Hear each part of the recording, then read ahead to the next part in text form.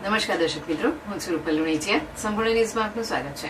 બનાસકાંઠા જિલ્લામાં સ્થાનિક સ્વરાજ્યની ચૂંટણીને લઈને રાજકીય માહોલ ગરમાયો છે. આ દરમિયાન રાજ્યના નાયબ મુખ્યમંત્રી અને ગૃહમંત્રી હર્ષ સંઘવી વડગામ ખાતે પ્રચાર માટે પહોંચ્યા હતા અને ભાજપના ઉમેદવારોના સમર્થનમાં જાહેર સભાને સંબોધી હતી.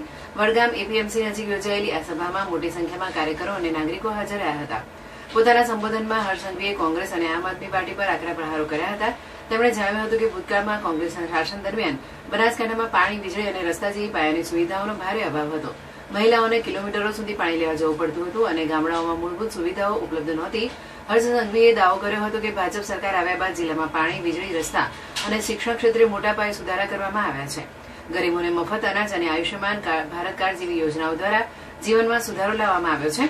મતદારોને સંબોધતા તેમણે કહ્યું હતું કે ભાજપ સરકારે આપેલી સુવિધાઓને ધ્યાનમાં રાખીને મતદાન કરવું જોઈએ. તેમણે કોંગ્રેસ અને ઝાડુના પ્રતીક પર નિશાન સાધતા લોકો સાથે ભાજપના ઉમેદવારોને જંગી બહુમતીથી જીતાડવા અપીલ કરી હતી.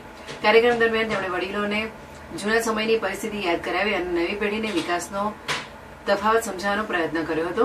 અંતમાં તેમણે વિશ્વાસ વ્યક્ત કર્યો હતો કે ભાજપ સરકાર આગામી સમયમાં પણ જિલ્લામાં વધુ વિકાસ કાર્યો હાથ ધરશે.